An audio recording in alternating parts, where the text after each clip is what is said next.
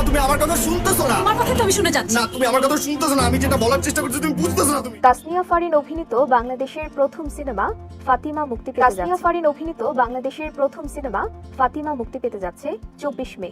এ উপলক্ষে কিছুদিন আগে এসেছিল সিনেমাটির টিজার।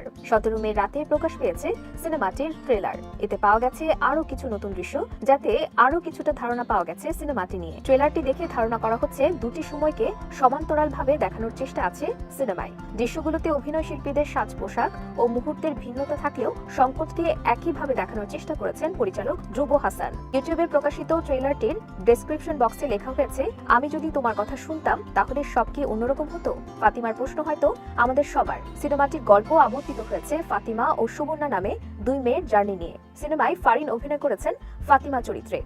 আমি কুত্তার মতো জীবনযাপন করবো আর তোমরা নিরাপদে থাকবা।